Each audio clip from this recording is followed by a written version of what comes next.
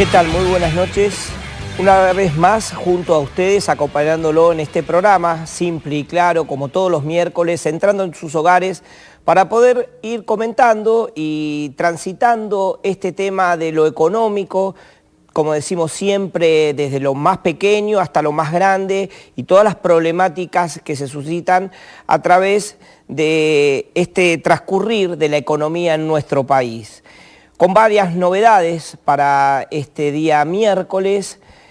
Hace pocos días atrás se concretó el acuerdo con el Club de París, donde el ministro de Economía de la Nación, Axel Kicillof, logró un acuerdo que lo vamos a desarrollar en el último bloque del programa de hoy. Tema de hoy, un tema que seguramente le va a interesar a la mayoría de nuestros televidentes, que es el tema dólar. Hoy nos toca convivir en nuestro país con un dólar que tiene 5 variantes. Vamos a ir desarrollando cada una de esas variantes y vamos para eso contar hoy con la grata presencia del doctor contador Enrique Silva, que nos va a ir asesorando y nos va a ir recomendando qué podemos hacer con nuestro dinero, qué tipo de inversión podemos llevar adelante, cómo podemos cuidar nuestros ahorros, y vamos a ir desarrollando también como tema principal el tema de hoy, que es el dólar. Sabemos que hay distintos cambios, bueno, en algunas placas que vamos a ir presentando en el transcurso del programa, le vamos a ir comentando de esto. Quédese que es un tema muy interesante. Nuestras vías de comunicación, como todos los miércoles, es vía Twitter, @simpleyclaro1, y por Hotmail, simpleyclaroushuaia@hotmail.com.ar. Aquí pueden evacuar cualquier tipo de consultas, presentar temas, como decimos siempre, que quieran que podamos tratar aquí en el estudio, y para eso tenemos estas vías de comunicación.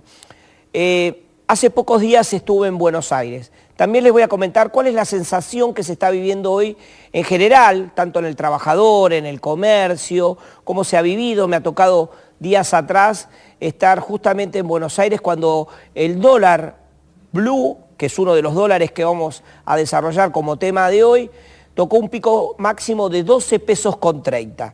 Luego bajó y cerró a 12 pesos. Con algunas placas vamos a ir mostrando la evolución de esta moneda, por qué la gente se inclina a comprar dólar paralelo, cuál es la ventaja y la desventaja de poder atesorar en dólares. Estos son algunos de los temas que vamos a tratar en el día de hoy. Y bueno, como le decíamos recién, con la grata presencia del contador Silva, que nos va a asesorar con respecto a estos temas desde su punto de vista técnico, que es muy importante para no cometer ningún tipo de error. Quédese en el próximo bloque, dólar. Y para el próximo y último bloque, el acuerdo que llevó adelante Argentina con el Club de París. En breve, el contador Silva, aquí, en los estudios de Canal 11.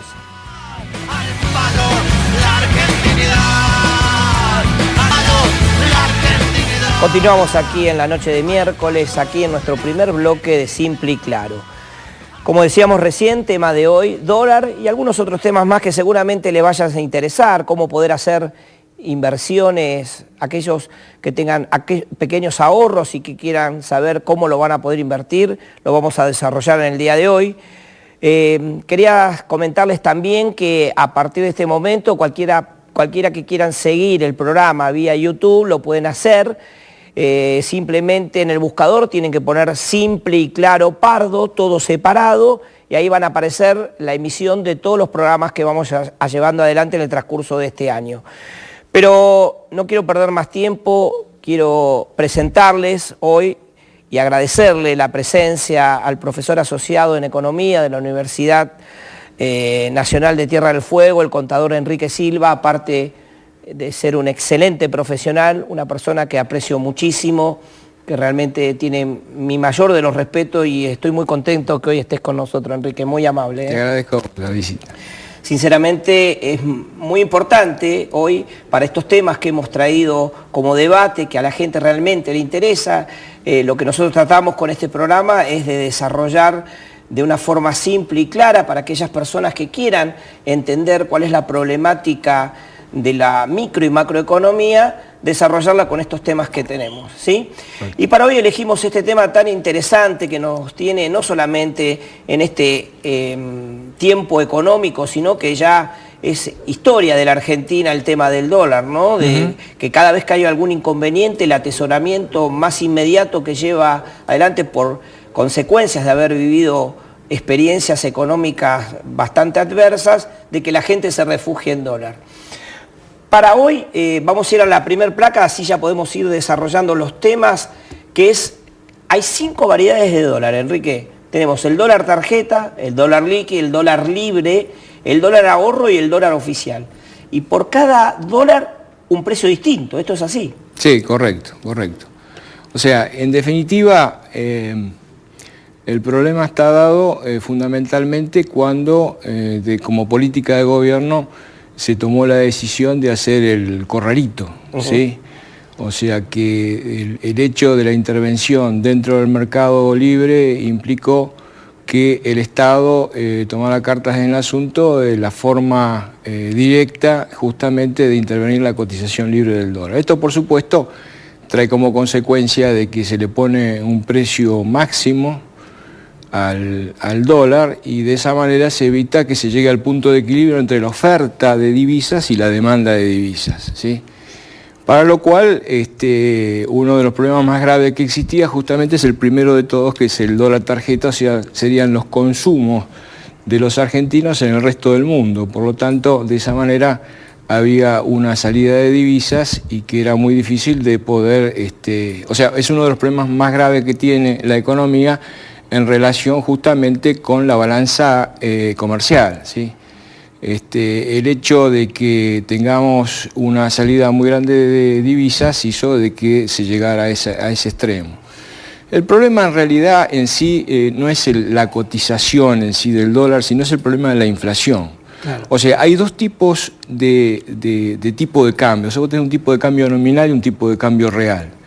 El tipo de cambio real es el que está afectado directamente por la inflación. Entonces, al existir un déficit fiscal, o sea que el Estado comienza a gastar mucho más de lo que recauda, esto implica que de alguna manera ese déficit tiene a ser cubierto con emisiones purias. El hecho de emitir en forma constante para resolver el problema del déficit fiscal hace que se emita mucha cantidad de pesos, que a diferencia de los Estados Unidos, que también emite mucha cantidad de dólares, a diferencia de Estados Unidos, en Argentina todos los pesos quedan dentro de Argentina. ¿Por qué? Porque los pesos nuestros no son requeridos en el resto del mundo. Por lo tanto, el hecho de que haya mucha cantidad de pesos, ¿sí?, hace de que la gente prefiera una divisa que mantiene su poder adquisitivo, como es el dólar, o cualquier otra divisa como puede ser el euro, y hace de que nuestra moneda principal, nuestra soberanía, que está basada en el peso argentino, vaya perdiendo credibilidad y por lo tanto esto se traduce en todos los tipos de cambio que vos ves ahí, ¿cierto? Está bien. Vamos a ir al primero, que es el dólar tarjeta, como mencionabas recién. Vamos a ir a la primer placa, donde vamos a tener el dólar tarjeta. El dólar tarjeta, como sabemos todo, tiene el valor del dólar oficial. Correcto. Más un 35%. Correcto. Bien lo explicabas vos, que con esto se trataba de frenar la fuga de divisas hacia el exterior con, con esta compra que hacía la gente en el extranjero a un precio del dólar oficial, que se hacía con las tarjetas de crédito. ¿Es así? Correcto, correcto. Solamente estaba destinado a la compra en el exterior y este porcentual es del 35%. Exacto. ¿Estamos correctos? Exacto, correctamente. Hay una forma también de recuperar ese porcentual del 35% de acuerdo a las resoluciones de la FIP. Exactamente, tenés que hacer las presentaciones ante la FIP justamente para poder recuperarlo. O en el supuesto caso de que tuvieses algún tipo de propiedad en el continente, lo podés llegar a deducir de bienes personales. Sí, ahora es un tema muy difícil porque yo he ido personalmente a la FIP y aquellas personas que viven en la provincia de Tierra del Fuego y que tienen, que presentan ganancias, o sea, que tienen un comercio, se le hace muy difícil porque las presentaciones se hacen con las presentaciones de la declaración de ganancias. Exactamente. Y se hace anualmente, o sea, cuando se cierra en el mes de abril, a partir de ese momento, si vos no presentaste en ese momento, recién al año próximo vas a tener el reintegro. Correcto, sí, por eso el hecho de que aquellos que puedan llegar a tener algún tipo de propiedad en el norte, les resulta mucho más fácil deducir de impuestos de la parte de bienes personales que pedirle devolución. Ahora, este dólar tarjeta es oficial, digamos, es legal. Correcto. Sí, coincidimos con que es legal. El otro dólar que vamos a tratar acá, de acuerdo a lo que hablábamos, era el dólar líquido o el dólar bolsa, que se denomina. Sí, señor. ¿No? Que se utiliza mucho en el mercado bursátil y para la gente común es muy difícil de interpretarlo, que también es legal. ¿Cómo es en términos prácticos si uno quiere adquirir esos dólares? Mira, el tema es el siguiente, que esto es importante tenerlo en cuenta. Existen lo que se llaman excesos de consumo, que sería la capacidad de ahorro que tiene cada una de las familias. Entonces, ese ahorro, ¿sí?, tiene distintos destinos. Uno podría ser el sistema bancario y financiero, donde vos vas y depositas el dinero en un banco, u otro puede llegar a ser el mercado de capitales, ¿sí? En el mercado de capitales tenés que hacerlo a través de un agente de bolsa, ¿sí? El agente de bolsa es el que te puede asesorar y el que está en condiciones legales de poder comprar y vender acciones a través de, digamos, de un asesoramiento que vos podés llegar a tener entre las distintas opciones, sobre todo de todo lo que sean activos financieros con tasa variable, que serían las acciones, o podrían ser obligaciones negociables en el caso de comprar pasivos, ¿sí?, o bonos por parte del Estado. Entonces, una de las formas es que vos podés comprar, activos financieros de empresas radicadas en el país, con lo cual vos podés hacer en pesos, o podés llegar a comprar acciones que están en el exterior, que tiene que ser a través de divisa. Entonces, cuando vos haces ese tipo de operaciones, en realidad lo que vas a comprar una bolsa, una acción que se comercializa dentro del país, pero a su vez tiene la opción de comercializarse, por ejemplo, en la bolsa de New York. Sí. Entonces ahí, cuando vos comprás ese bono y lo comercializas, o sea, el mismo agente financiero comercializa ese papel en el exterior, lo va a hacer a través de divisa. Después, ese bono o acción o valor negociable se vende en la bolsa del exterior y puede ser acreditado en una cuenta afuera o puede ser acreditado dentro del mismo país, ¿sí? Ya estamos hablando de divisa. Sí, perfecto. ¿Y cuánto es el mínimo que uno necesita disponer para poder hacer una compra, como me decías recién, de este dólar líquido? ¿Cuál es? ¿Hay un mínimo, hay un máximo para que sea rentable? Lo que pasa, en realidad, el tema es que, qué sé yo, para hacer compras menores, puedes tomar, por ejemplo, las acciones de YPF, sí, que es una de las alternativas. Lo que sucede es que vos siempre tenés un costo de transacción, que claro, es la comisión de comprar y vender por parte del mismo agente de bolsa, que normalmente estamos hablando de 1% aproximadamente para la compra, 1% para la venta. Es lo que normalmente se estila. Esto quiere decir que más o menos si nosotros disponemos de 10.000 pesos podemos hacer una operación de esta característica. Sí, se puede llegar a hacer. Lo que pasa es que se necesita información. Claro. Ese es el tema principal.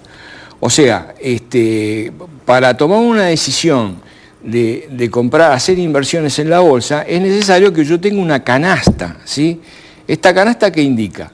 Que vos a través de ese asesoramiento financiero te van a decir, usted puede llegar a comprar determinados papeles donde vos tenés una rentabilidad que viene a través de la liquidación de los dividendos, y podés también tomar ciertos riesgos en aquellos papeles, por ejemplo, qué sé yo, en Capital Aventura, claro, o bonos que pueden llegar a tener una mayor rentabilidad, pero tenés un mayor riesgo. Por eso es tan difícil el acceso a la gente. Por eso es importante asesorarse, o sea, por eso están, digamos, los agentes de bolsa que te van a dar a vos la información necesaria para que vos puedas armar una cartera. Bueno, vamos a continuar en el próximo bloque, muy interesante todos estos temas, espero que sea de su interés. En el próximo bloque seguimos con los dólares que nos faltan, mire cómo suena, ¿no? Los dólares que nos faltan. Casualmente uno puede, sin querer, caer en algo que no tiene nada que ver. Vamos a volver con los distintos dólares que nos faltan tratar en este tema, acá con la presencia del contador Silva. Ya volvemos.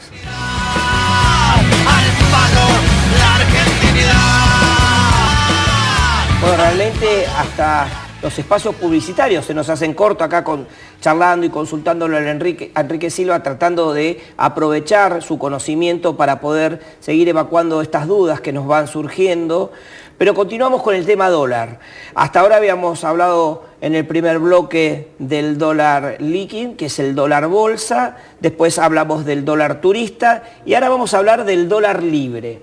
El dólar libre es la cotización que se compra y vende en la moneda norteamericana en el mercado paralelo. Y este sí tenemos que decir que es ilegal, es el que realmente es ilegal. Se venden y se comercializa normalmente en las denominadas cuevas y arbolitos en las grandes ciudades, pero sabemos que hay un importante seguimiento de este dólar paralelo, dólar blue llamado también, y que semanas atrás llegó a tocar un pico máximo de una cotización al mediodía de 12 pesos 30 y ese día cerró a 12 pesos. ¿Qué me puedes decir de las características o de esta evolución que tiene este dólar paralelo? Seguro. Mira, el dólar paralelo está relacionado principalmente con la evolución de la economía, ¿cierto? O sea, vos sabés que de alguna manera tenés una entidad que es el Banco Central de la República Argentina, que es la que de alguna manera hace la normativa, toda la estructura financiera y bancaria del país. Y por otro lado tenés el Ministerio de Economía, que es el que, digamos, es el encargado de realizar las estrategias desde el punto de vista fiscal. Entonces vos tenés lo fiscal por un lado, que serían las medidas económicas que tiene el gobierno nacional, y por otro lado el Banco Central. El Banco Central tiene siempre dos objetivos básicos. O sea, por un lado mantener el valor de la moneda, ¿sí? O sea, es una lucha constante contra la inflación. Y por otro lado, tiene que prever de alguna manera medidas correctivas desde el punto de vista monetario a través del manejo de la oferta monetaria. ¿Para qué? Para tratar de hacer una economía expansiva en el supuesto caso que necesita, una política contractiva en el supuesto caso que tengamos inflación. Este sería más o menos el esquema.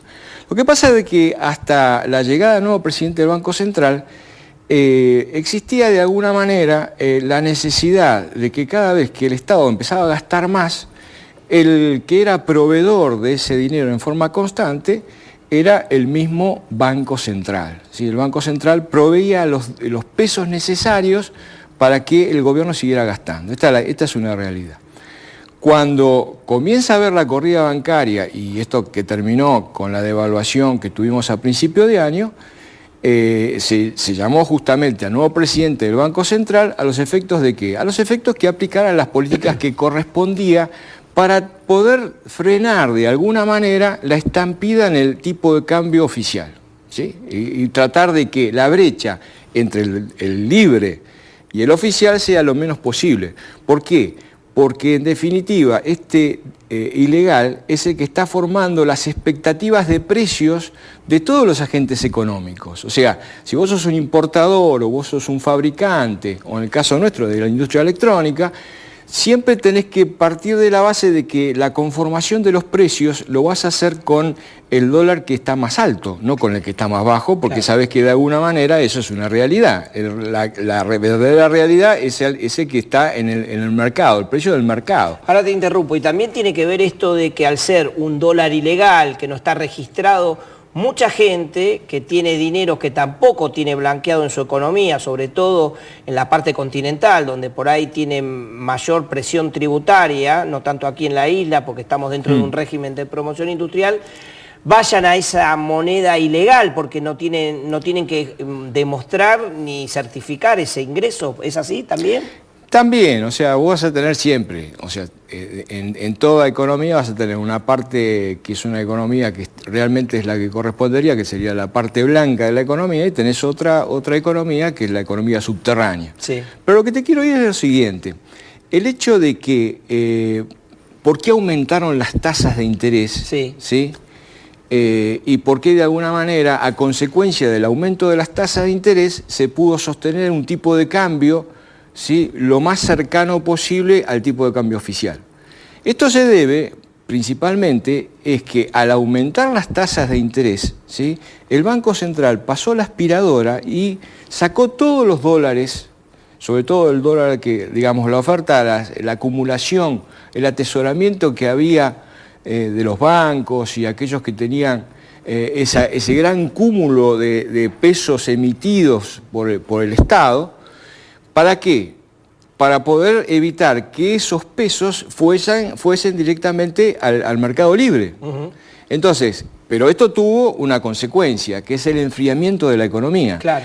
El hecho de que vos asegurés tasas del 30 o el 35% por encima de la tasa de inflación hizo que todos esos pesos fuesen directamente a la tasa de interés, aumentaste la tasa de interés y por supuesto que en economía cuando vos subís la tasa de interés te va a bajar la inversión y te va a bajar el consumo automáticamente. Deja de haber pesos en el mercado, esto es así.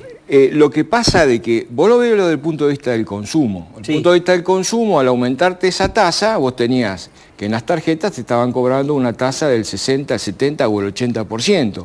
Los bancos, cuando comenzaron a hablar de la tasa activa, que es la tasa que cobran los bancos, era una tasa totalmente alta y con lo cual a la pequeña y mediana empresa, al consumidor que normalmente hacía sus compras en cuotas y, digamos, y acomodaba justamente toda su estructura doméstica de compras a la tarjeta, prácticamente fue como que vos le cerraste las opciones y por lo tanto enfriaste la economía, que en definitiva era uno de los objetivos. Sí. Lo que pasa es que el gran beneficiario de esto fueron en definitiva el sector financiero. El sector financiero obtuvo grandes tasas de interés por un lado y por otro lado un tipo de cambio congelado que hace que en el corto plazo, cuando digamos, deje de entrar dólares, que normalmente siempre lo vas a tener en el primer semestre hasta julio, agosto aproximadamente, por el tema de la cosecha, ya en la segunda etapa van a salir de los pesos y van a volver otra vez al dólar. O sea que es una situación transitoria en el cual